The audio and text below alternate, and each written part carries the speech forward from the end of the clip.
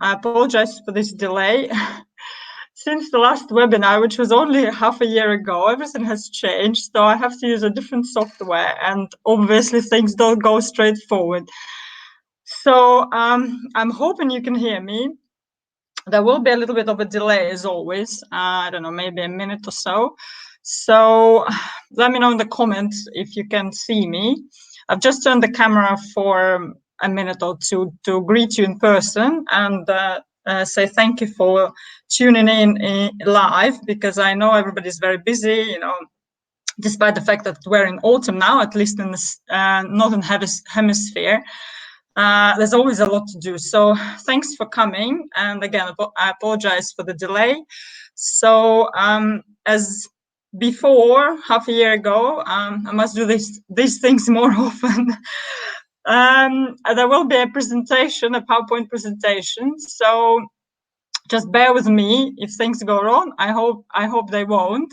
But we're going to talk about flower making, or fabric flower making today, roses in particular. And I'm going to talk about my course that is going to run for the second time from the 30th of this month. So let me tune into the presentation, and let's hope things go okay for us.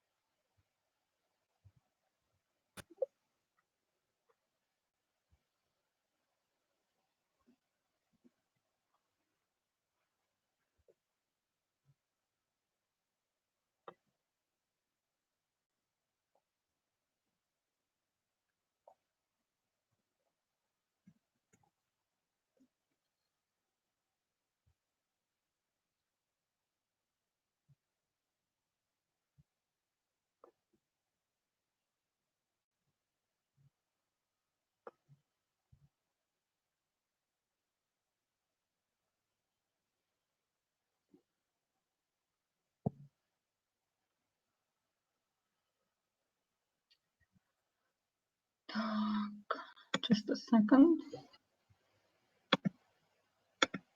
Right. So you should be able to see my screen in a second.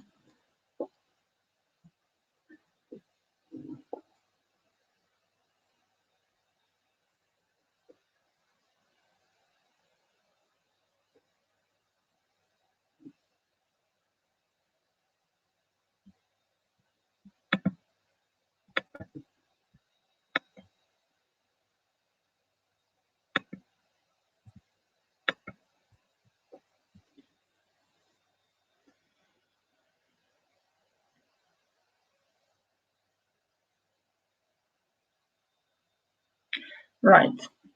Okay, so now we're all good to go.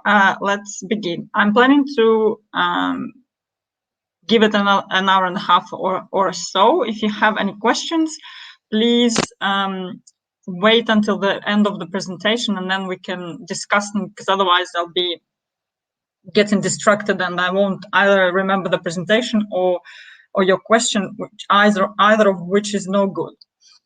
Right, so today we're going to be talking about silk or fabric roses in a broader sense, and about some mistakes when people make them or when we make them, and also how to avoid them, about tools and materials that we use, and other things around this subject. If you are into leather flowers, I think you can listen to the presentation anyway, because some of the techniques are quite similar. And also, I am planning to do an advanced leather course at the beginning of next year. So this is some good news for those who would like to know more about leather flower making. But a lot of things are in common here. silk and leather roses are made in very similar ways. So what is our webinar going to be about? I'll say a couple of words about myself, unless you don't know me yet. We'll compare or talk a little bit about flower making, European versus Japanese.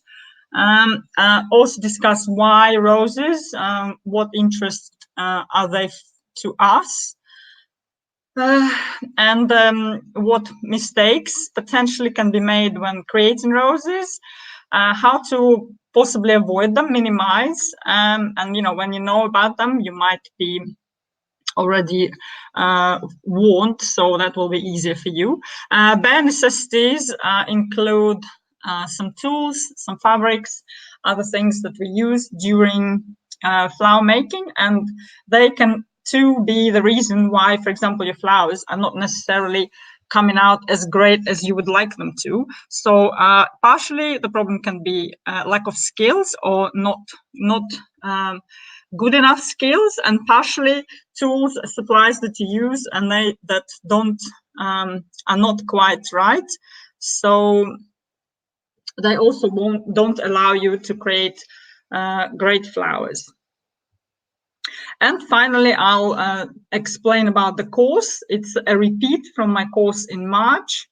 The course is it's a video course on 4 advanced silk rose designs, and it's the last time that I'm going to present it in such a way. I'm going to redo it, and after September this year, it's going to be sold as a monthly course for self-study. There won't be a support group, and there won't be presentation like this. So it's going to be redone in a different format. So I suggest, if you are interested in roses, if you'd like to have some feedback, it's probably better to join now, and when we still have it, so that you can benefit the most from this course and learn as much as you possibly can. So a couple of words about me. My name is Svetlana Faulkner.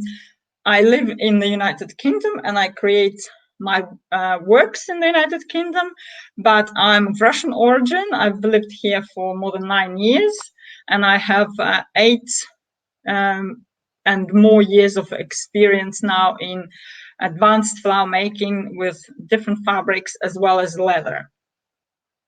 I've learned from different teachers, different countries as well. All of them were overseas, because nobody makes flowers to that extent in this country. I'm trying to spread the word now here, as well as in other English-speaking countries, hopefully with some extent of success, but we'll see. From 2011, I've been developing my flower accessory brand, which is called PresentPerfect Creations. And we live in Norwich, Norfolk, UK. So you're very welcome to attend my live hands-on webinar, workshops on flower making. Even if you don't live too close, I have students coming from abroad, from other parts of England. I offer 1- and 2-day courses at the moment. If you're coming from a bit further away, you can come for a 2-day course, stay at the hotel here, and make a couple of designs at least. Or upon mutual agreement, there can be a longer course. So you can always get in touch with me and discuss your preferences or what you would like to have. I've taken part in some hat competitions, and also I have been featured in several magazines in different countries with my work. So in the comments below, with your Facebook login, you can leave a couple of words about yourself, and whether you already make silk or leather flowers, or whether you don't, and what level you think you are at, whether you'd like to improve, and a couple of words about why you're here, basically why it is of interest to you.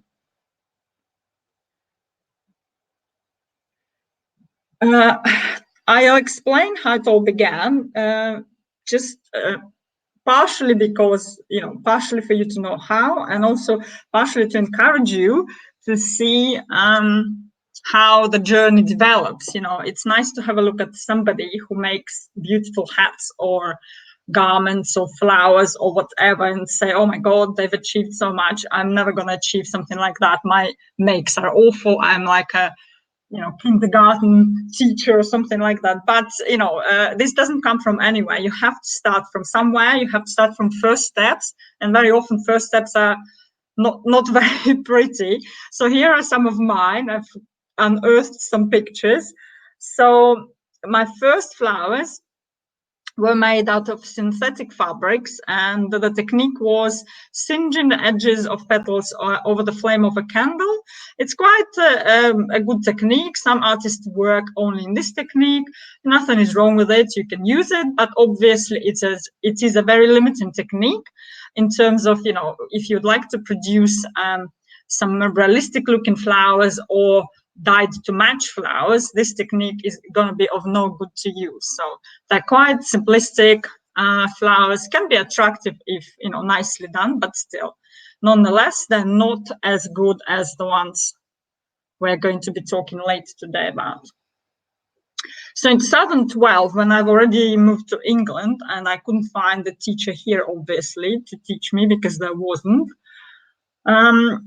I discovered I was browsing and browsing, trying to find somebody who could teach me, and the only option was really online. So don't be put off by online classes, because if it wasn't for online classes for me, I wouldn't be teaching you here now, because I wouldn't have the opportunity to travel across the world and take extensive classes with everyone. Surely it's great if you can come for a class, and I always encourage students who can do it. It is indispensable. You can come for 1 or 2 classes with me. It always helps.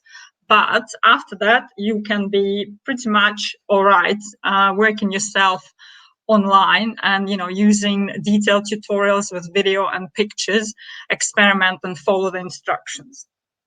So in 2012, I discovered a Russian teacher who lived in Japan, and she by that time had already finished studying with a couple of Japanese schools and was teaching a Russian artist over Skype. That wasn't a great way of teaching, I can tell you, because it was even worse than the webinar today. So the connection would be awful. The time difference was prohibitive. So she would work very late at night, something like 3 o'clock at night. So we would tune in from different corners of the world. The connection would often drop. The picture would be grainy. So, but it was still, something rather than nothing. So we all went for it, paid quite a lot of money too. So anyway, you can see a lot of difference from the previous picture. I used real silks here. They're hand painted, more of realistic painting, nicer shapes. So it was a great improvement from 2011 for sure. So I was really hungry for knowledge, and I was, despite all the difficulties with connection and the expenses and everything, I still went for it because it was a way of learning at the time. Then obviously after I've made better flowers, it was the next step was to try and make them wearable. I like wearable things, and you probably won't find many vase flowers on my pages because I don't make them. I do like flowers that can be turned into wearable accessories, anything from a hat or a headpiece to shoe clips and things in between. So the next step was to try some first hats. I'm not a milliner. I haven't been trained as a milliner, but and if you can make a neat head base and a beautiful flower, that can be a really nice hat. So it's worth trying anyway, or it was worth trying. The leather poppy hat even took second prize at one of the competitions, and impressed judges with great leather blocking and beautiful striking leather poppies as well. These days you can just buy a tutorial on leather poppies from my website and make your own, which some milliners do to very good result. Then I turned more to leather, in 15, 16, and you can see there's more leather designs. Leather is a beautiful material and lends itself well to lots of flower shapes. Some artists start with fabric, but then quickly go into leather and just stay with leather. I sell probably roughly 50-50 of leather or fabric flowers, so I don't necessarily want to limit myself to one of the media. So they're very different, they give very different results, and both are stunning in their own ways. So I think there's space for both of them in my life. I don't want to necessarily exclude one or the other. The famous dandelion tutorial appeared in 2016. It's still one of my most popular tutorial to date, and it is one of my most popular, my best-selling piece to date. So if you haven't made that one, I do encourage you to try and make one. Test your patience, but it's really rewarding when you actually make one. There can be lots of different ideas with the dandelion. I have already explored some of them, but believe me, there are many more to explore, and you will be seeing some of new ones from me hopefully soon. So my journey continued. I tried making more hats, more complicated flowers. I took some other classes, so experimented a lot myself as well with different designs, different techniques, different types of flowers as well. So you can see, it's not necessarily only roses. It's a lot of different flower shapes as well that I use and I make, as well as different materials. So not only natural, pure silks. I also work with linen, with denim quite a bit, and you can also see it all in my shop or on my website. Please let us know in the comments if you are a beginner or an experienced artist, and what flowers you like making. If you make a lot, do you sell them? Do you use them for decorating hats or handbags or jewelry, or what you prefer to use them in? Maybe it is vase flowers for you.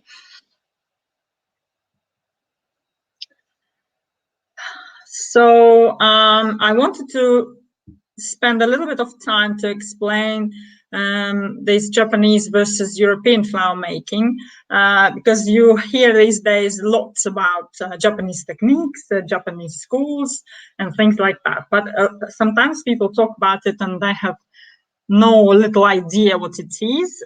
Some of them have never taken any classes from anybody from Japan, so that's really strange to me, but this is how it is.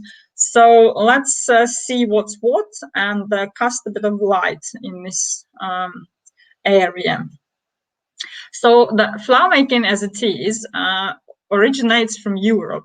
It started probably in Middle Ages, or I don't know, 1500s, 1400s.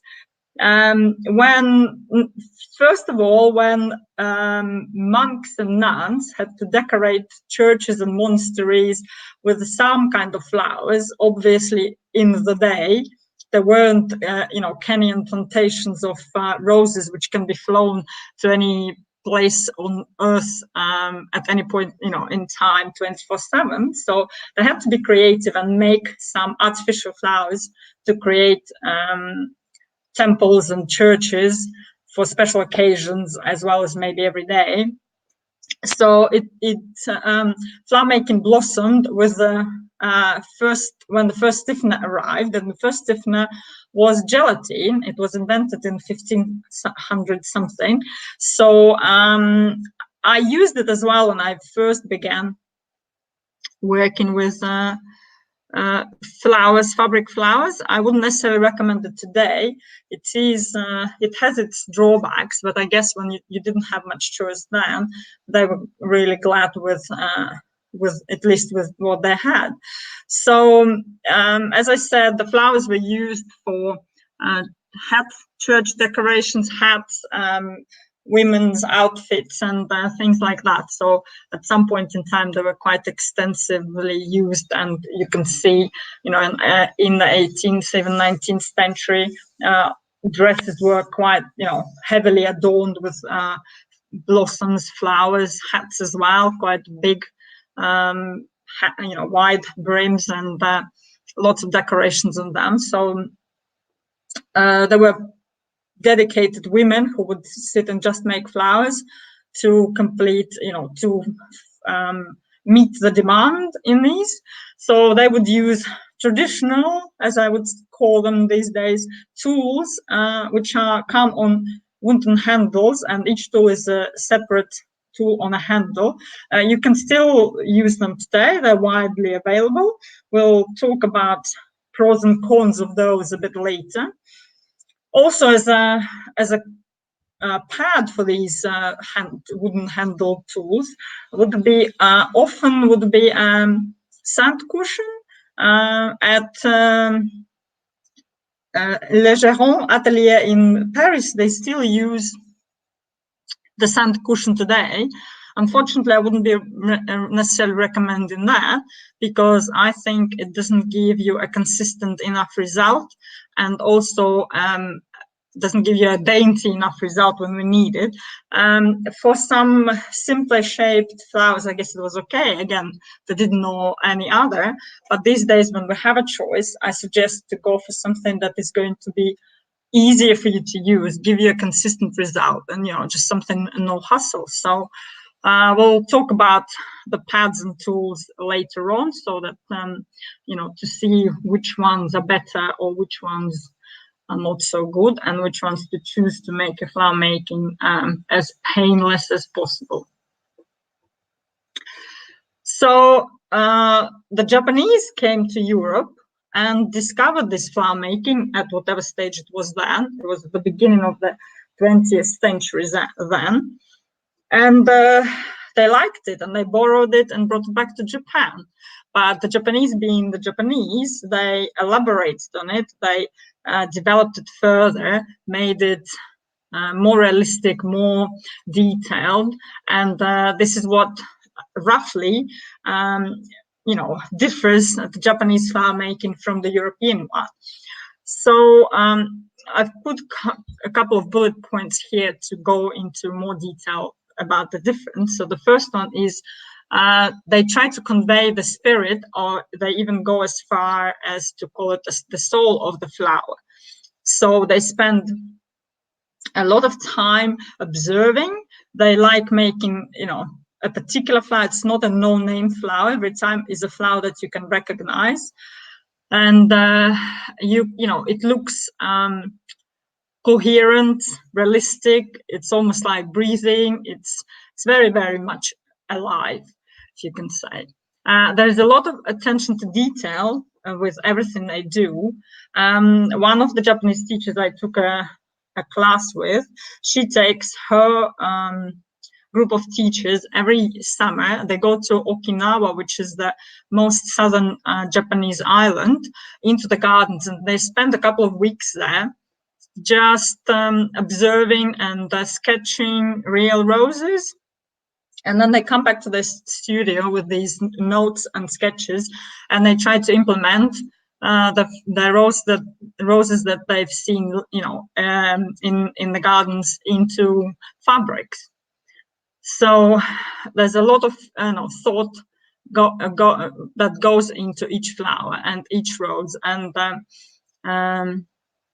you can see it, in any of the flowers that they make, from humble grasses to very, very large showy roses and others. Another feature is a realistic coloring. So all the petals, leaves, stems, and everything are colored by hand. So there is no point block coloring or just coloring into unrealistic or strange colors. So when you're coloring by hand, try to convey that the real colors of the flower. For example, if you look at the rose in your garden, you can see that the darker the petals in the center might be darker than the petals on the outside, which are already faded and are just about to drop off. The base of the petal can be slightly green or ivory. That the top of the petal might be darker color or a totally different color. So all these little things is that what makes difference in the coloring of your flower. So they use special brushes that make the process probably nicer and maybe a little bit easier. Obviously, it's quite a lot of practice and observation before you can achieve it, but it's worth it because then your flowers look really, really different.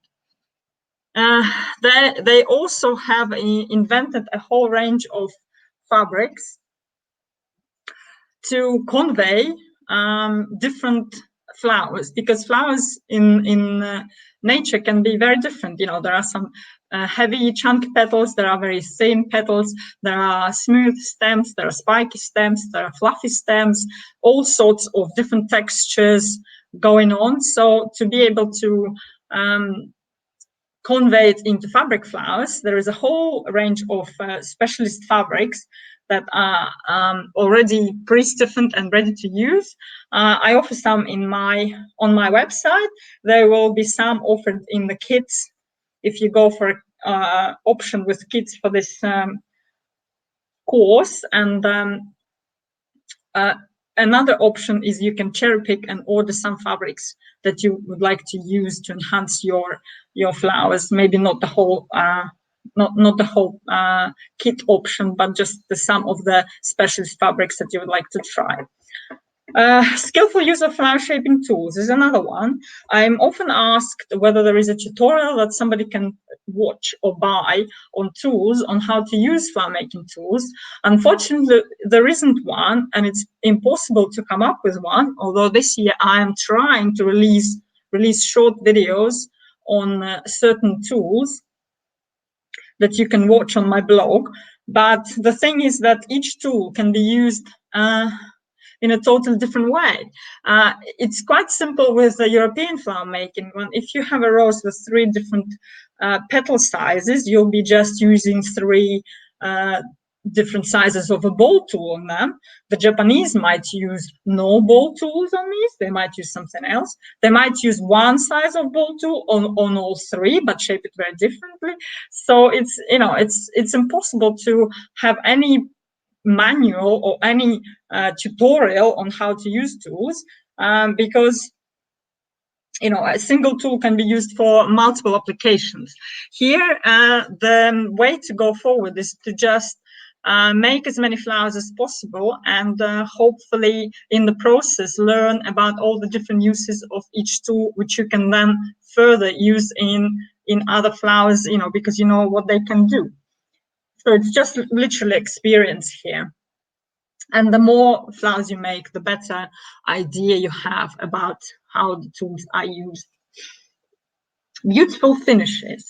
What I mean here is that, as I said before, there's a lot of detail in it. There's a lot of thought that's gone into each flower. And, every leaf is backed with another fabric, so all the wires are hidden nicely, stems are finished beautifully, smoothly, and no glue anywhere.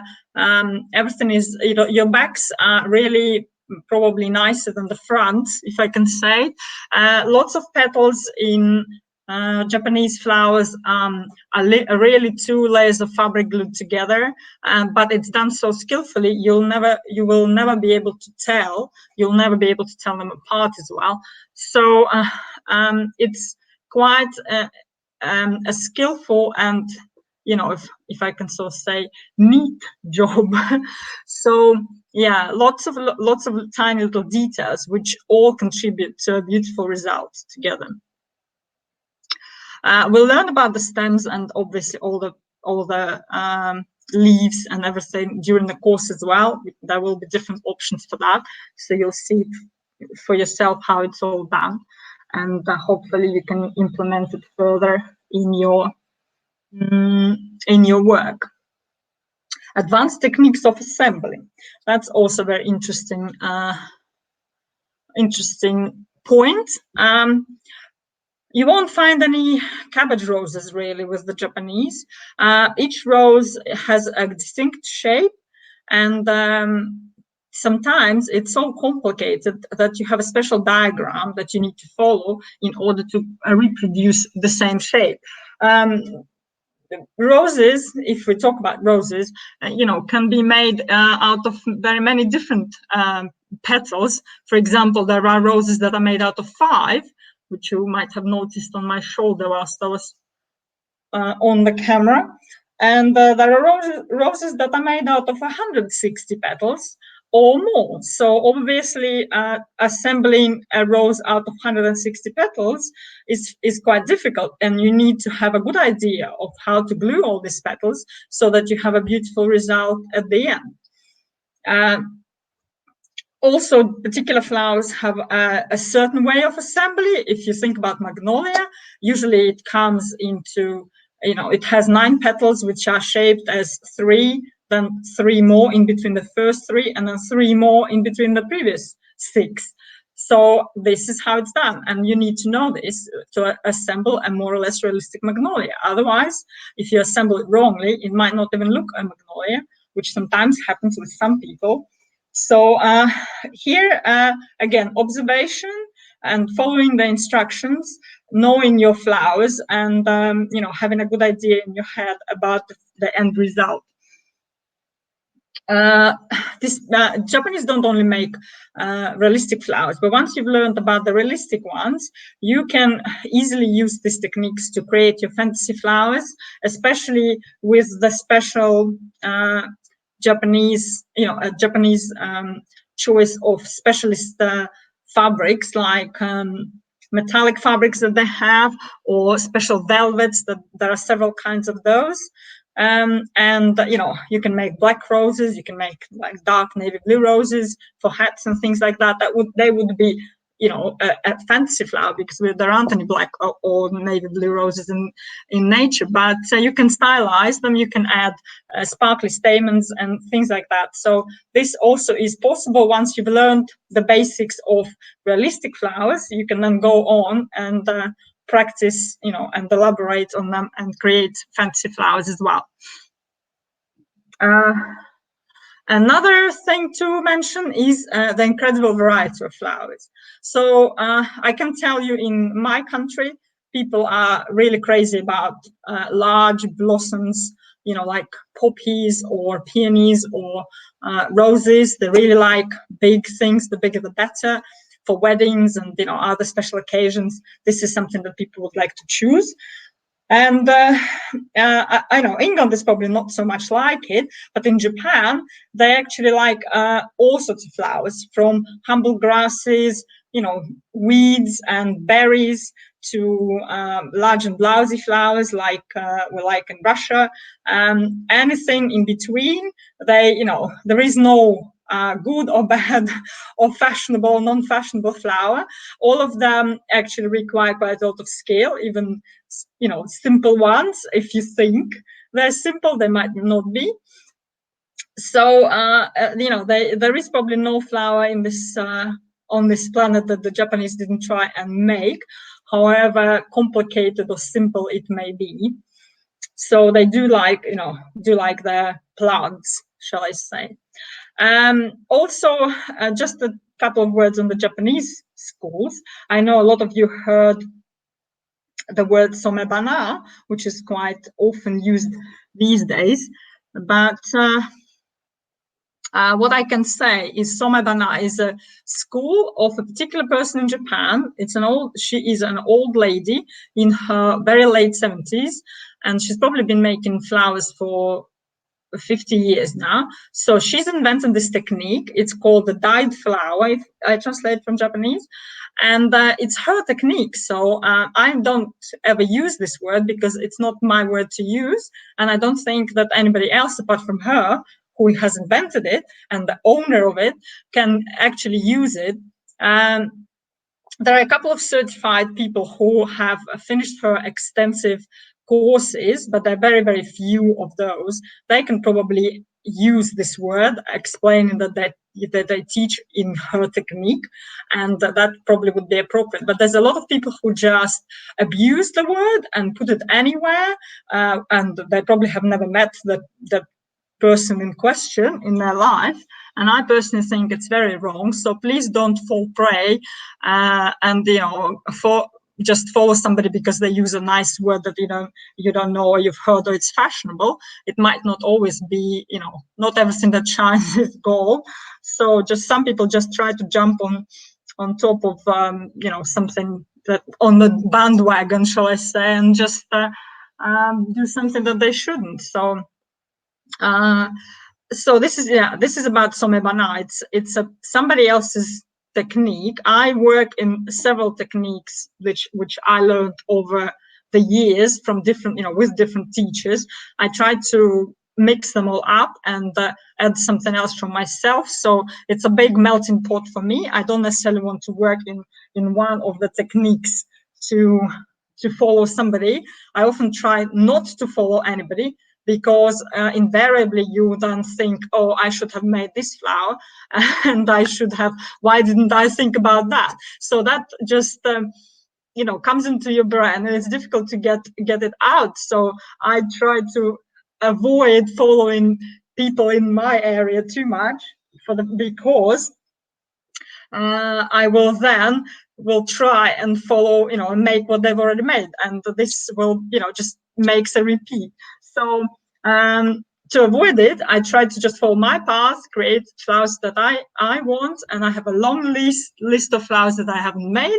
There are some more tutorials to come out this year as well, so stay tuned. And I'm always welcome for options. If you have any particular flowers that you would like to learn, you can always let me know if I feel it's a viable option and other people would like it as well.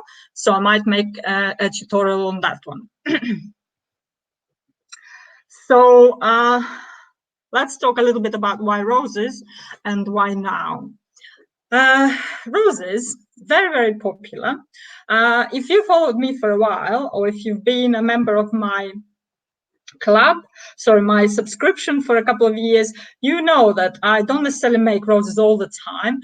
In a year, there would be, a couple of rose tutorials thrown in, but there would be lots of other flowers as well. And I can tell you, I do like roses, like, probably more than the next person, but I do like other flowers too and find other shapes equally fascinating. But rose is a very, very popular flower, maybe the most popular, who knows. It is a flower that is loved by, very many people. It has a broad palette. The realistic palette is very broad, so anything from white to almost black, like dark burgundy. The only color that is not matte, you won't see in real roses is blue. They don't come in blue, and black probably, but dark burgundy, almost brown, almost black.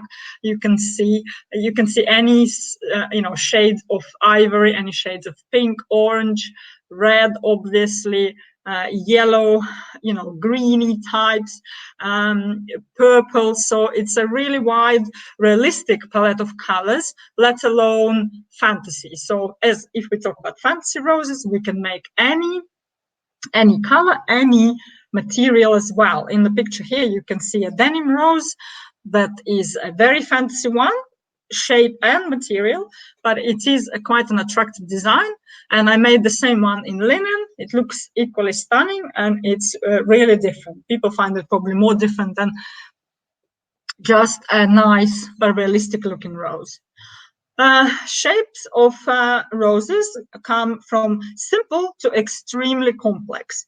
I mentioned before, a rose can have, the least amount of petals is 5. This is a simple wild rose, or sweetbriar rose, Rosa rugosa. They all come with 5 petals. So the one that is constantly making an appearance here, let me find this one. This is actually the new tutorial that is coming out in the next couple of days. This only has 5 petals, but they are very special 5 petals. They're backed, they're almost sculptured.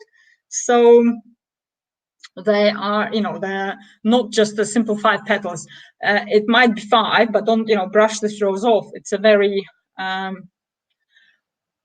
do you say, versatile and really good one to have in your portfolio. So I'll explain about it a little bit later. But that was a rose with 5 petals. Some of the roses here have, for example, about 80, 90 petals. That's quite a lot of petals. So obviously the shape is totally different. The result is different. The size can be different, and it's a lot of, it's a lot of space to play with and to produce different results. Some roses have, I can't use other word than breathtaking designs. They're really, really nice, can be something really wow. So if you master those and you can produce them for your, I don't know, hats or accessories, headpieces, you will always, have something to impress your customers with. It is a perfect all-season flower. Despite the fact that they're normally sort of spring, summer, or late spring, early summer is the best time in the garden. But on our hats or lapels or, handbags, they can be used at any season. Let's take the denim rose. That's a very sturdy rose that is very wearable. The rose that I was talking earlier on, the velvet one with 5 petals, and you'll see it later as well. That's a very wearable rose. I'm presenting it now in September because it's a perfect design for winter hats, winter headpieces, winter brooches. It's very sturdy. It's quite hard. The petals are really quite hard because they're made with thick material. It's very customizable. You can use lots of thick materials, maybe use the fabrics from your customer to match their outfit completely. So it's a very good one to have as well.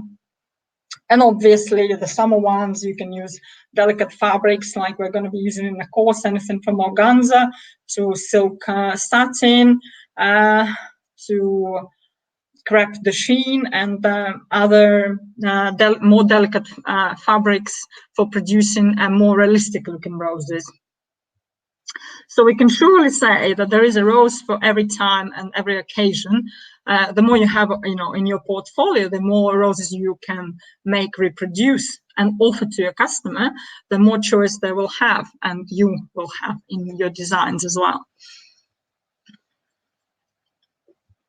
So now let's talk about these mistakes that I mentioned earlier on. So how easy or not so easy it is to make roses. The mistake, well, I grouped them into like a larger groups of mistakes. So we'll have 4 groups and we'll discuss each of them. So mistake number 1 is choice of materials. And here I mean, by materials, I mean, not only the fabric as a material, but anything, stamens and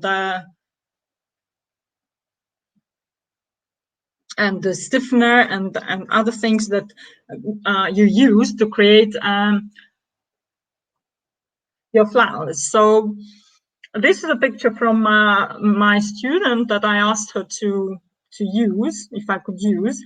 Here she used quite an inappropriate, nice, but totally inappropriate fabric for the rose that she was making, and the result was not so good.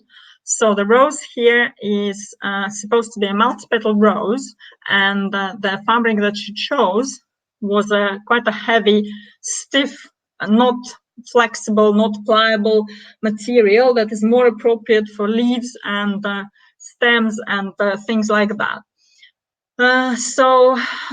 Obviously, with the wrong fabrics, she didn't get the right result for her rose as well. But, again, stiffener, you can use the wrong stiffener, you can use the wrong concentration of your stiffener and things like that. So a lot of things can go wrong here, and some of them are easily avoidable if you know what to do. Some, you'll learn to avoid with experience. But yes, there can be not necessarily your skills or lack of skills. If you think the answer might be, the wrong choice of material, or both of them, or either or. So there is a broad, choice of mistakes to make to arrive at the wrong result. So the mistake number 2 is the wrong choice of tools. And here by tools, I mean, again, in a broader sense of the word, not only flower shaping tools, but also your tweezers, your scissors, stapler, brushes, and anything that you are using to create a flower. So tweezers, I sell some from my website if you can't find, but it's not obligatory to buy them from me. The only requirement there is that they have a good grip and straight tips, and then you can do the right job with them. Tweezers can be from something quite cheap to really expensive, but as long as they do the right job and you are okay to work with them, they should be fine. Scissors, again, can be a little bit ambiguous here. I had students before arrive with beautiful, sharp fabric scissors that would be sort of 30 to 40 centimeters long, which would be perfectly acceptable at a fabric selling shop where you need to cut fabric into long stretches of fabric into straight lines. But these kind of scissors would be completely useless at a flower making class, because you need to cut out lots of dainty shapes like leaves or petals. Some of them are really small and can be very serrated. So your ideal scissors are not dressmaking scissors, okay? They should be good craft scissors, sharp, maneuverable, small enough, and should accommodate your fingers very well, because you might be cutting a lot, and you will be. Some people try and use embroidery scissors, which are tiny. Again, wrong choice. Those are too small to cut out a lot of petals or leaves. Your poor fingers will be really tired and squashed there. If you can't find a good pair of scissors, or you're struggling to find, please let me know. I have pairs from you can buy them on Amazon. They're Japanese made, but they're available from Amazon UK. They're really good, very sharp. You can use them for silk or other fabrics, or leather as well, and they're really nice to use. So if you want a pair like that, let me know. I can share a link with you. Stapler is indispensable, especially with rose making, because we're going to be cutting out petals in small piles, sometimes of 2, sometimes of 4 petals, because that's a quicker way of cutting out, shaping, coloring petals. As I said, some roses may have very many petals, so at least by bunching them up into pairs or quadruplets, we're making life easier for ourselves. Here, you will need a stapler. Again, no special requirement, but it needs to be a decent stapler that will not tear your fabric or pull threads or ruin it in any other way. So if you don't have a good one, again, give me a shout. I can share a link to what I use.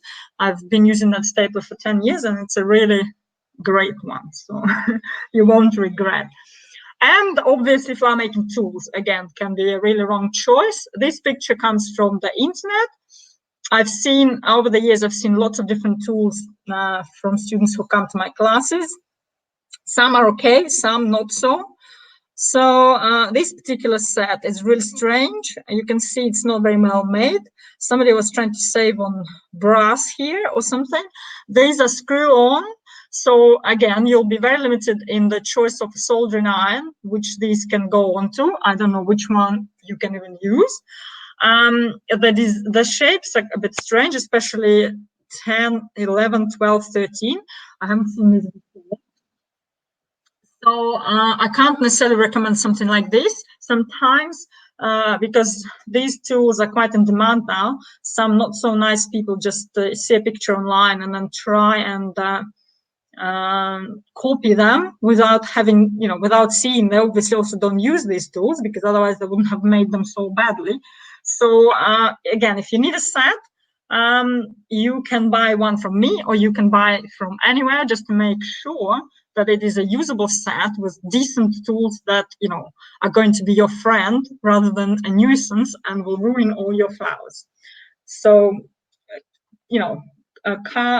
arrive to this, to choosing the tools carefully and don't waste your money in vain.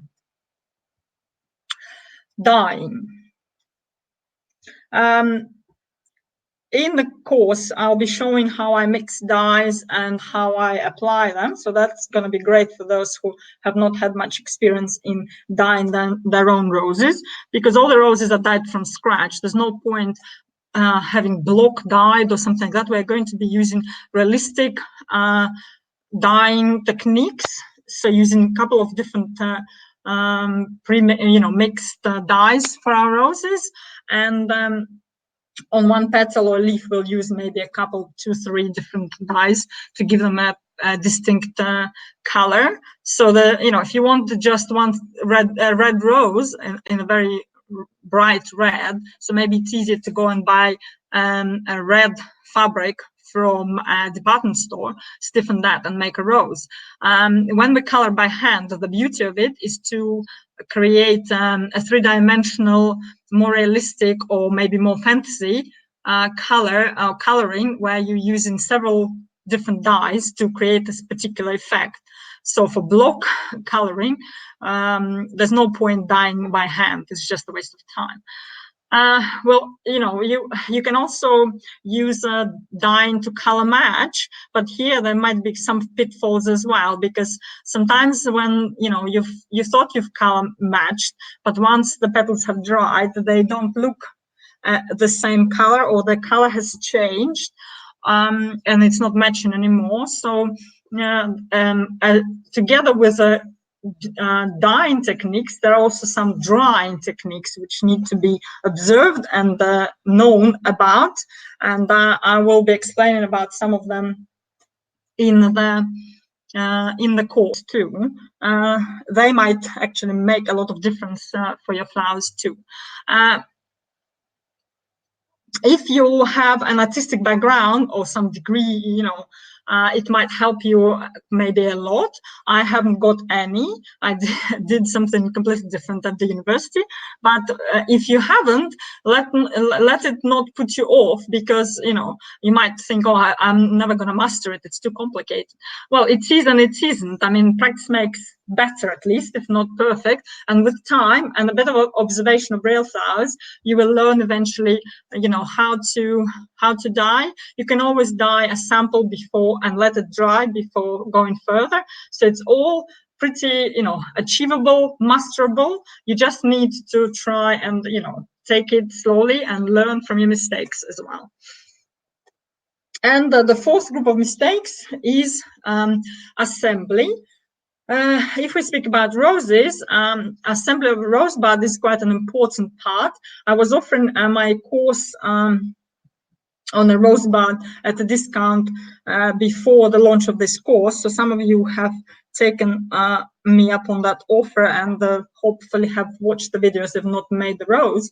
But then that video goes into a very detail of creating a rose bud with a handful of petals, but the whole process, and it should produce a realistic looking rose bud which can be elaborated and created into a bigger rose.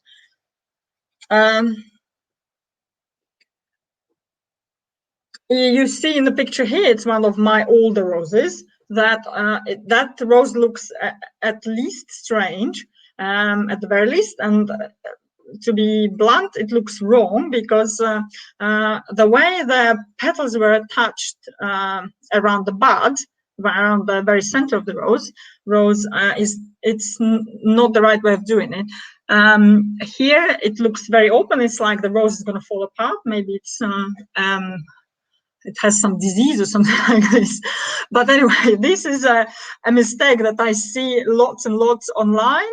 when people make roses, somehow this is what happens. So the rose is not opening nicely, not opening slowly. It just falls apart like this, and it's not the right way of doing it. So people just start attaching petals from the wrong angle, and that's what happens. So that also should be avoided. When you arrange petals in the rose, you should also observe the height of the rose petals. There are certain rules about that, so that you produce a coherent, realistic looking, how do you say, naturally looking rose. It doesn't look strange or as though it's a mutant and something is wrong with it. And yes, you are striving for overall realistic, natural look. Even if it's a fancy flower, it should not look weird, if I say so. And then also, yes, leaves and calyxes are an important part of the rose as well. So often leaves add, quite a lot to the rose. We're going to have a look at different calyxes in the course. There are several types depending on what rose you are producing. Whether for what purpose, whether it's going to be a brooch, whether it's going to be like a corsage, or it's going to sit on a hat, and etc. etc. So now you've just heard about some possible mistakes on roses. Have you noticed anyone that might ring a bell? Have you made any before? If yes, please let us know in the comments, so that we can maybe see if the feedback, whether people have seen any roses that any rose mistakes that I mentioned. Some of them are really, really common. And another question for you. So what do you think is the worst ever rose? What mistake can somebody make for a really bad rose, or the worst, if I can say?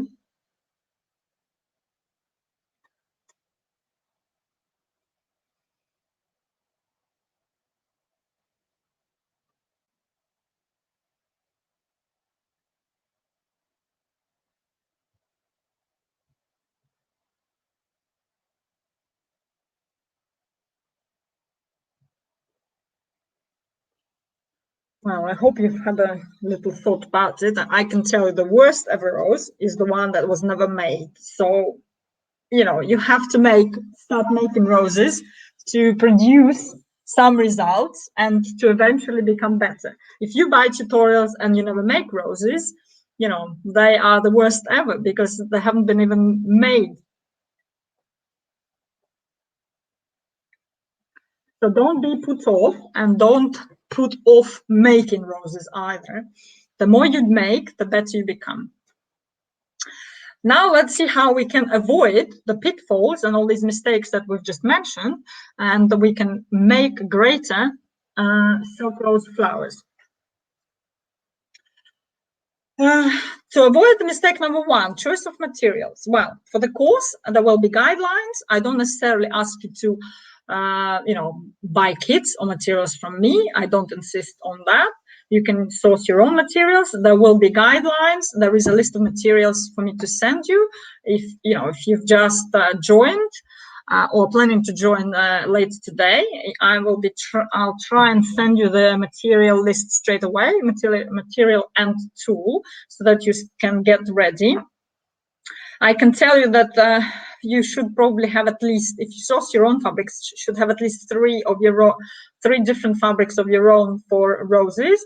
So one good one to have would be silk satin, which you should, obviously, all the fabrics should be pre-stiffened. So silk satin is nice for the rose petals. It can be also used for the leaves. So to have a bit of contrast, I suggest you use silk di peony for the leaves, which often I can see is used for the petals, but this is a totally wrong fabric for the petals. So at least for rose petals, don't use that one. And also you will need a thin backing fabric, which is either a very thin habotai, like a silk scarf type of fabric, but very, very thin with a light sheen.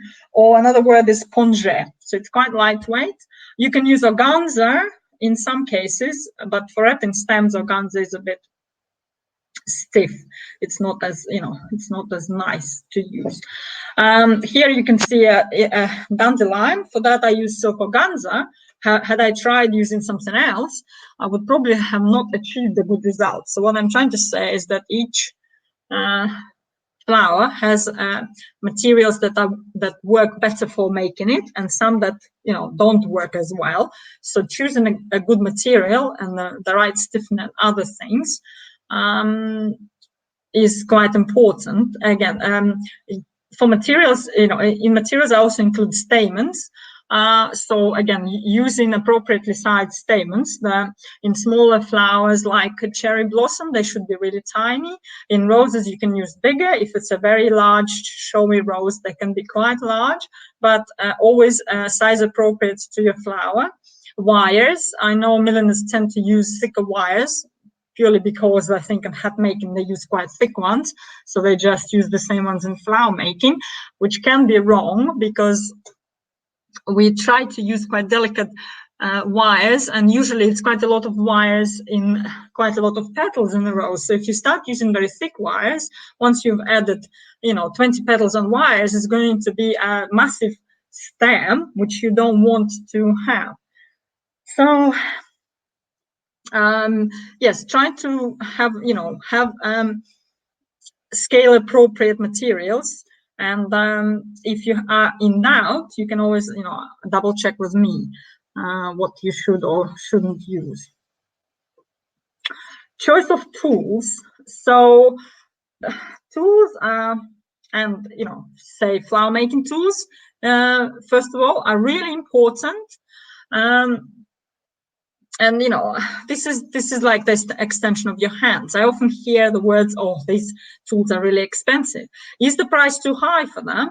Well, a set of good tools costs probably no more than just one decent hat block, and with that hat block you can only make one type of hats, one shape of hats. Whereas with a decent set of flower shaping tools, you can make all possible flowers. That's it. You're covered. You have it. You have tools to make any flower in the world, probably. So it's for you to decide whether the price is high or not. I would say once you've invested once in a good set of tools, you're covered, and you can go on and create whatever you want. So I don't necessarily think that they're pricey. You can even resell them if you decide to stop making flowers, but I don't believe you will stop making flowers. It is important to have a good set of tools. Like in the rose in the picture here, each petal is shaped with 3 or 4 different tools. So if you don't have them, you won't be able to reproduce the design. This is not from the current course. It might be offered in a course next year, but it's the same with the roses from the course. Each rose is often shaped with quite a wide range of different tools. So if you only have balls in your sets, or 3 sizes of balls and we need 8, it's again no good. So to invest in a decent set of tools is the least you can do to minimize your pain in flower making, I would say. The same goes for the tweezers and the stapler, if you want good brushes. So if you have the right equipment, it definitely helps. Might still not be the only reason to make good flowers, but at least it will help. You're on your way to better flowers rather than if you haven't had the decent tools. Then on top of the decent tools, you need to add good skills, which we are going to be doing in the course. Dyeing. Well, as I said, I didn't have any previous experience in dyeing the flowers, but with time and experience, you can, make progress. You observe, you learn from your mistakes. Like the clover here, you can see there are different colors that have been used to dye it to look more realistic. This is not my first clover. The first was not as realistic, but I've learned from my mistakes. I looked at the pictures of the real ones, so to make sure I can produce a more realistic looking one. The rose against the black background, it's a combination of leather and the velveteen, which is a rayon velvet. So that those both of those have been dyed by hand, and again you learn with experience what to use, how to mix dyes, what's going to look nice in your finished flower. Again, there might be some mistakes, and sometimes maybe you've mixed the dyes and you don't like them, but this is all a part of the process. So first you try and use the combinations that maybe have been tried and tested, and then you just go from there. I use Procyon dyes or fiber reactive dyes. So they are not acrylic. They bind with the fibers of the fabric permanently, and they are cold water dye. You can buy them in powder form, in liquid form. Lots of different brands produce them. There are jacquard dyes that are like this, and you can buy them on Amazon and different other places. There is a British brand that I also use. If you're stuck for the right dyes, again, give me a shout. I can direct you to their website, and you can order some from there if you haven't got the right ones or you doubt you haven't got the right ones. And the assembly. So here, sometimes, as I said, the assembly can be so tricky. You have to follow a special diagram. I will be giving instructions on each rose in the course. There are 4 very different shapes there, so there will be 4 very different ways of assembling them, and therefore you learn different ways of how the roses can be put together to achieve a different shaping. It's all very important, and sometimes, as I said, there might be a mistake, and you will end up with a rose that looks weird or wrong. But the more you make, the more you learn from your actions, from your experience, and eventually you will be able to put together very different roses which would look stunning and beautiful and will complement your designs really well. I hope this information has been useful to you, and hopefully it will help you avoid some possible mistakes that we've discussed in the future. As I said, if you need some links to tools or dyes or something, let me know. You can always, contact me via my website and ask me about certain tool supplies that you need, or you want to check whether they're the right ones to use. You're always welcome to do that. So I just want to quickly, explain about what we should probably use, or what is good to use, so that you are, you know what to choose. And again, if you need sources, links and things like that, get in touch with me. Okay, good set of tools is a must to produce nice designs, different designs, versatile, and a broad variety of flowers. Can be purchased from me or from whoever else. I don't insist, for you to buy it from me, but make sure it's a good one. It's a well-made one that you can use. I use brushes like this. They're Japanese, specially designed for painting silk. They're quite thick. You need to soak them in advance before you can paint, but they're quite nice, and you will enjoy using them if you will opt for them. But again, they're not a necessity. You can use some flat synthetic ones. They can do a decent job as well. Flower shaping pads I would say, don't opt for the stand cushion. Rather get yourself a couple of rubber pads that have been designed for using with the tools to achieve a consistent results. Roses are a complicated flower, and to make your life easier, at least make sure you have the right pads, because they can make a lot of difference too when working with tools.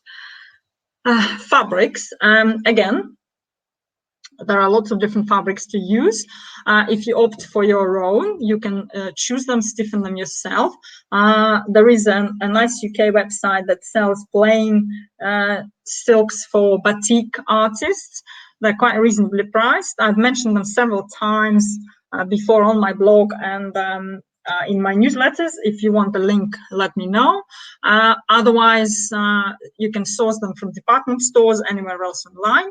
Make sure that all your fabrics are pre-stiffened, the ones that you source yourself, or you can opt for kits, or you can opt for specialist fabrics from my website that have already been pre-stiffened and have a special either metallic threads in them, or it's a special velvet or something else.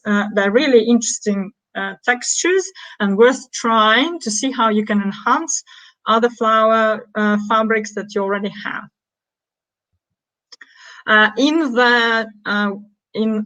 the course, we're using, I think, about 8 or 9 different fabrics, so that we are going to cover quite a wide range of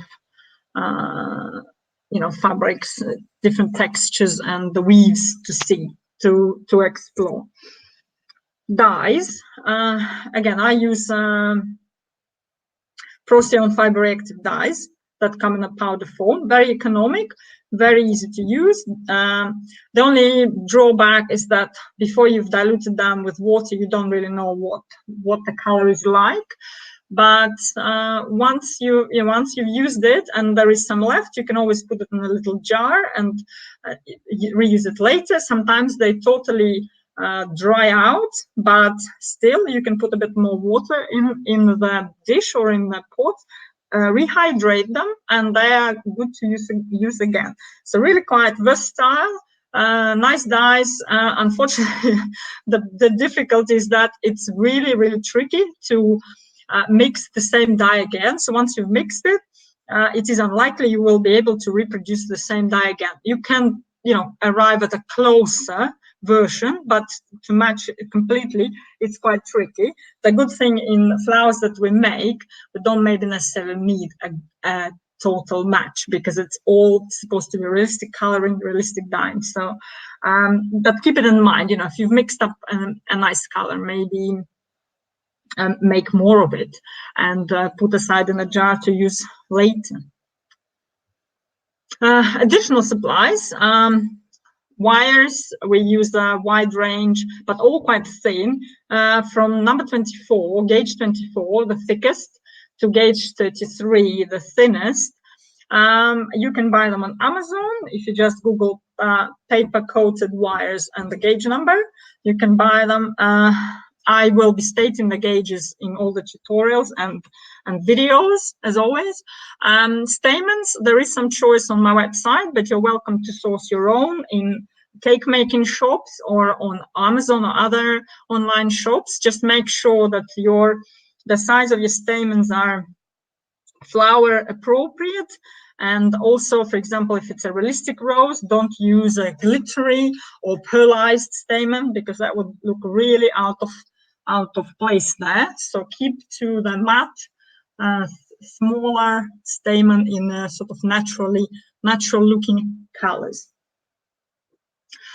Ribbons, we sometimes use some ribbons in some designs. The nice ribbons are either made from silk or sometimes rayon. I sell one type of ribbon on my website. It's good for covering stems. It's good for covering hair combs when you're making like a bridal hair comb design. You will see it in one of the tutorials of the course as well. And I have to stop on the glue for a minute. We use 2 types of glue in the fabric flower making. I call them soft and hard. Soft is quite thick, but less thick than the hard one, used mainly for backing fabrics together, backing one type of fabric with a thinner backing fabric. So the two fabrics are merged together and you can't tell them apart. Quite indispensable, but you might get away with just a good quality craft glue for that option. The hard glue is indispensable for assembly, especially roses, especially multi-petal ones, especially heavy fabric ones like velvet. So, there's no point trying to save money here. You'll be more frustrated when you can't assemble a rose with your glue. So I'd say if you can spare $7.99, invest in a jar of glue and live a happy life, because that glue is a magic one. I mean, it's a proprietary formula. I can't tell you because I don't know what's inside. It's a type of PVA, but it's a really, really thick, quick set glue. At the moment it's out of stock, but I should be getting some before the end of the week. So if you want some, visit the website later in the week, and there should be some available for sale there. When you try it once, you won't be, you will not look back on any other glue, I can tell you. I hope that, again, this bit of information on different tools and supplies was useful. If you ever have questions, get in touch with me, because obviously I haven't directed you to any websites at the moment. I'm just explaining in general what should or shouldn't be used. But if you need links, let me know. Well, after what's been said, if you would like to improve your silk making techniques, I suggest you listen further. If you're happy with what you have and you'd like to experiment by yourself, that's up to you. But in the next couple of minutes, I'm going to explain a little bit more about the course that is about to start next Monday. So it is a thorough video course on advanced silk roses, where we're going to be exploring new shapes and fabrics. The results that you should be looking, looking at achieving after you have finished the course are as follows. So I want you to rediscover the world of handmade silk roses. You will see more shapes, more fabrics, more ways of shaping them and assembling than ever before, hopefully. You will master 4 very different shapes of fabric roses. You'll also learn to handle and work with several fabrics, from very thin organza to heavy velvet and anything in between. As I mentioned before, it's about 8 or 9 different fabrics used in the course. You will learn how to finish roses in different ways for different applications. We have brooches, corsages, combs, and obviously any of these you can use for head trims, head pieces, etc.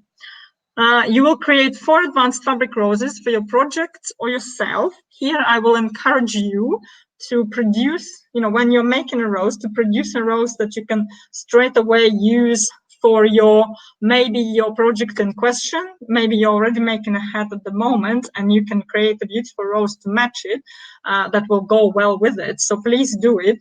Don't make a rose that you're going to put in a drawer on a shelf and it's going to sit collecting dust there.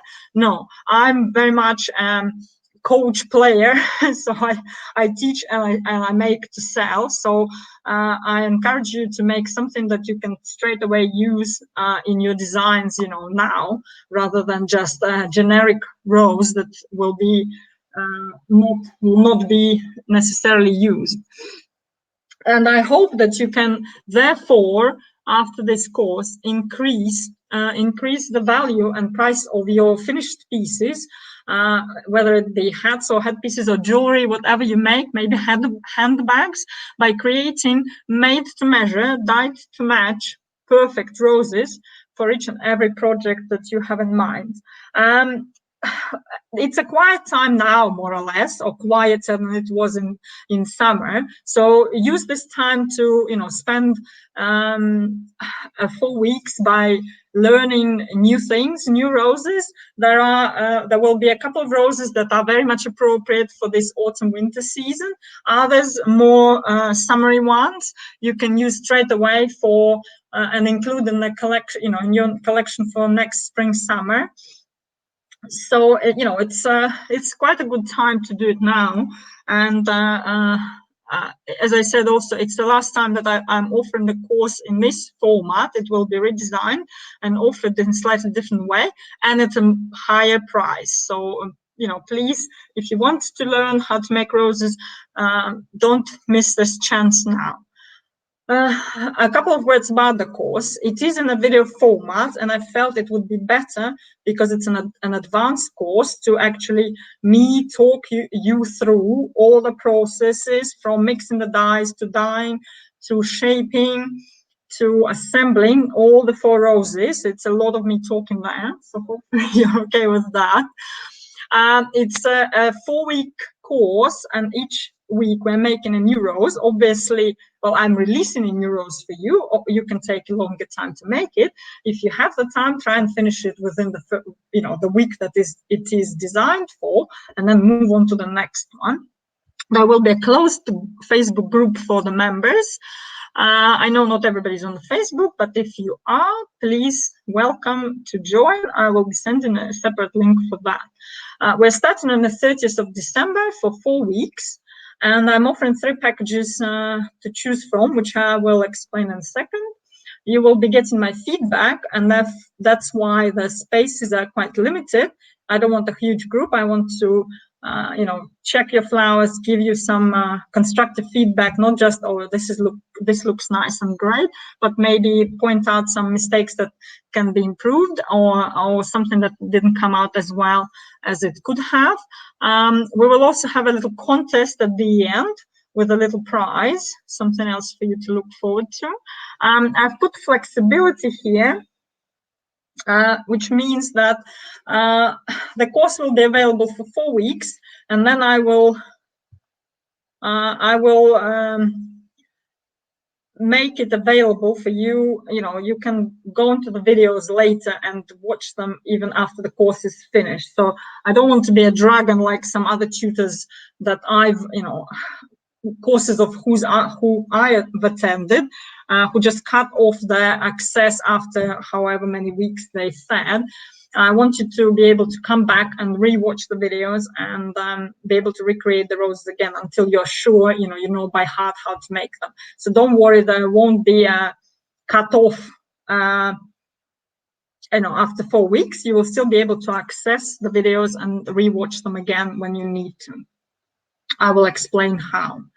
And again, last chance at this format with my feedbacks Facebook group, and at this price as well. 4 segments in this course for 4 different roses. They are Midsummer Bliss, Cottage Garden, Morning Mist, and Velvet Elegant. The first one is Midsummer Bliss. It's a silk satin rose with a swirly center, quite delicate. Also features buds at different stages. You'll learn how to make buds and include them in your designs should you need to. It is very good for corsages, headpieces, and buttonholes or hat trims as well. You'll see it later used by one of my students on her hat. Cottage Garden is made with organza. It's a large, blousy organza rose with the stamens in the center. We're going to try a different coloring effect on this one, like a watercolor, if you can see. Again, we're going to try and work with the metallic fabrics, the specialist fabrics for that. This one is going to be finished with a comb, but can be used as headpiece or large head trims. You can probably enlarge the size of the template and make it even slightly bigger if you need to, or slightly smaller if you need to. Again, most roses allow for some scaling down or scaling up without much problem. Morning Mist is a silk satin asymmetrical rose. Again, coloring is going to be all up to you. We're going to learn the new techniques of shaping petals and finishing the edges. So if you don't particularly like tweezers, which are going to be extensively used anyway, you might like this one because the edges are finished in a completely different way, which is probably even longer, but different. Again, working with other metallic fabrics, you can see the leaves are made out of, it's an option here, but you can always use whatever you want from the fabrics you've sourced. This can be turned into a brooch, again, a hair comb, a fascinator, or a head trim, up to you. And Velvet Elegance, which is probably the most complicated out of all these roses. None of them are very easy, but this is the most complicated because all the petals here are backed with another layer. We're going to be dyeing velvet here and shaping backed velvet petals. It's quite intricate and tricky because once you've put your tool onto a backed petal and shaped it, that's it. It's stone hard, you can't change it, so not much room for error here. We will learn how to make a beautiful stem on this rose, as you can see. Even if you make it as a brooch, sometimes stems make a beautiful addition. They can also be used for attaching roses to headbands, hats as well, and it's a very good skill to know how to make nice stems. It is an ideal flower for autumn-winter season due to this fabric. It will work well on, how do you say, felt hats, on any tweed hats or winter fabric type hats. It's great as a brooch. It's quite a statement brooch. You can use it, make it in different color, and it can probably be made even slightly bigger if you want it to be even more showy. I've included a couple of comments from the previous course, from the previous student group, so that you can see for yourself what students have noted as a bonus, or as what they particularly liked. The variety of techniques we used was great. The videos were well done and explanations given were understandable. I also liked the Facebook community I was in. The ladies were great. The variety of techniques and the enormous difference in each rose. Long and detailed videos. So everybody, or lots of people, commented about different techniques, and it is a lot of different techniques here. Here is the first rose that I was showing to you. Midsummer Bliss, but it's made by my student and put on a hat with rosebuds. So you see how that worked, and it's in a different color, but it looks very beautiful, and I'm sure it made the hat sold very well. It's by Julia Mio, if you know her. So she was in the first group of students. She often posts flowers that she makes with my tutorials, or she posted ones that she made in this course as well. So you too can make nice, beautiful roses to put on your hats. This advanced video course can be useful for milliners, textile jewelry designers, bridal accessory makers, or other creators who are in love with roses and have previous experience, because this course is an advanced one. This course is not for you if you have no experience in flower making, if you have never made a rose, if you do not own a set of flower shaping tools, or you're not prepared to invest hours, time and patience in your creations, because especially when you're learning, it's quite time consuming, but it is rewarding.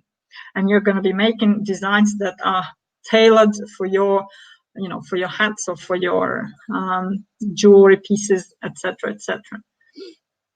So here are the packages that I offer, and you see the regular price at the bottom. It has been brought to my attention that last week my website wasn't functioning very well, so people had problems with the cards. They couldn't check out. I think now it's all fixed, fortunately now, but because of that, I'm willing to offer the lowest price that I was advertising last week. So here is what you can purchase the packages at the moment. This price is going to only last till midnight tomorrow, and then I'll revert it to the normal price, and this is how it's going to be sold ever after. So the solo package will be at $139 instead of $89. So what do the packages include? Solo package is 4 detailed video lessons on 4 roses that are different in shape, materials, assembly, and techniques. And we've heard that people noted that there was a lot of different techniques for them to master. It's a 24/7 access from your computer with your password sign in as a student. You get feedback on your submitted work. So hopefully I will see some pictures from you and I can give some comments on that if you want to, and I would like you to do that. There will be a dedicated Facebook group to communicate with like-minded artists. We're all from different parts of the world, and it is sometimes beneficial to see what others make, or what questions they have, or how they've made that rose. So maybe you avoid the mistakes they made, or you teach them something that you've learned. And there are several sports available at £8-9 at the moment for this package. Profit package is the same, but it also includes 4 DIY kits with materials which are in white or plain color. They're not dyed, so you will be dyeing them to match your projects. There aren't any dyes or glue or tools included in those, just flat packed fabrics, wires, stamens, ribbons, some findings, whatever is used in the particular tutorial. There are a couple of spots there at £189, and I think I have one spot for the ultimate package, which is the same as profit package, but you also get 2 1-hour long Skype consultations with me. So if you need a slightly, like a bit of a personal approach, bit of an individual touch, you can get that package. And then when you're stuck, or you've made several roses but you have some questions, you can get in touch with me, and we have an hour chat, and you'll tell me what your questions are. I'll try to answer and help with your rose making over Skype. It's worse than in person, but it's better than nothing. That's not all.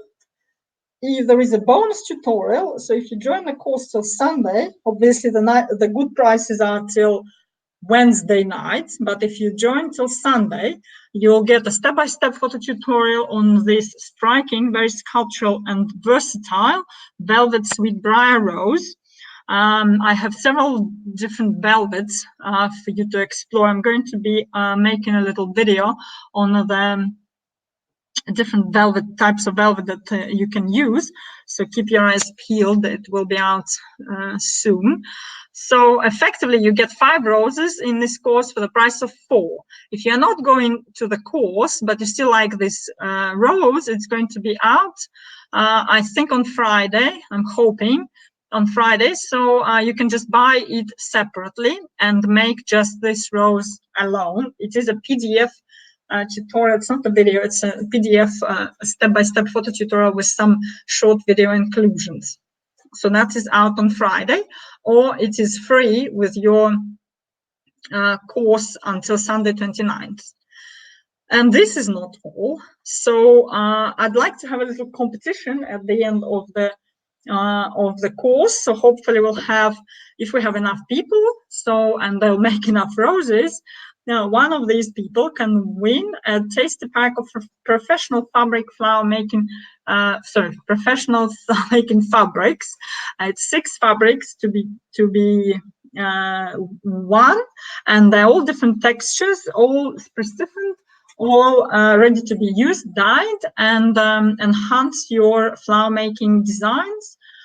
So a really nice gift to have, but to get it, you need to finish your roses and submit the photographs so that we could vote and choose the winner. So I guess this is it. This is what I wanted to say today about fabric roses, rose making, and my course. I hope there was some useful information there for you and you're not very bored. If you would like to join me for this Advanced Silk Rose course, please feel free to click the button below the screen and explore the packages and choose your own. If you have any questions, you're welcome to try and ask them in the comments, but I didn't see so far any. Or you can always get in touch with me via my website and ask them in your email if you want. Remember that it is the last time that this course is offered with a feedback and at the lowest price. If you are into leather flower making, I will be offering a leather course at the beginning of next year. So again, stay tuned and keep an eye on your mailbox. There'll also be some other new things coming through before the end of this year.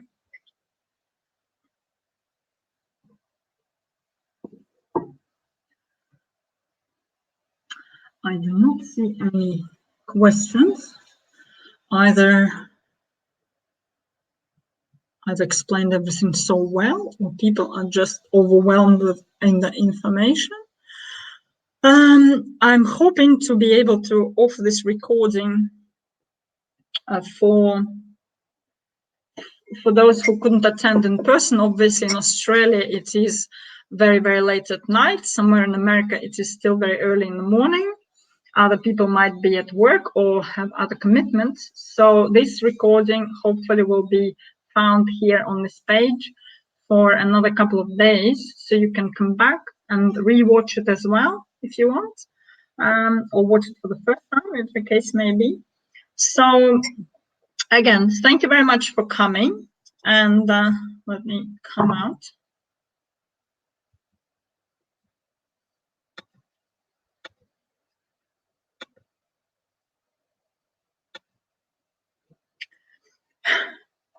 Thank you very much for coming and joining me live. Hopefully I haven't bored you to death.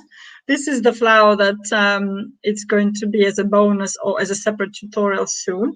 It's really, really nice. And the center like this you can use in other flowers as well. So good one to master too, especially that it's with heavy fabric that is very much seasonal at the moment. So you're welcome, if you're not joining the course, you're welcome to join this tutorial at least and try and make this flower. It's quite, it's simple but not simple. You will understand when you start making it.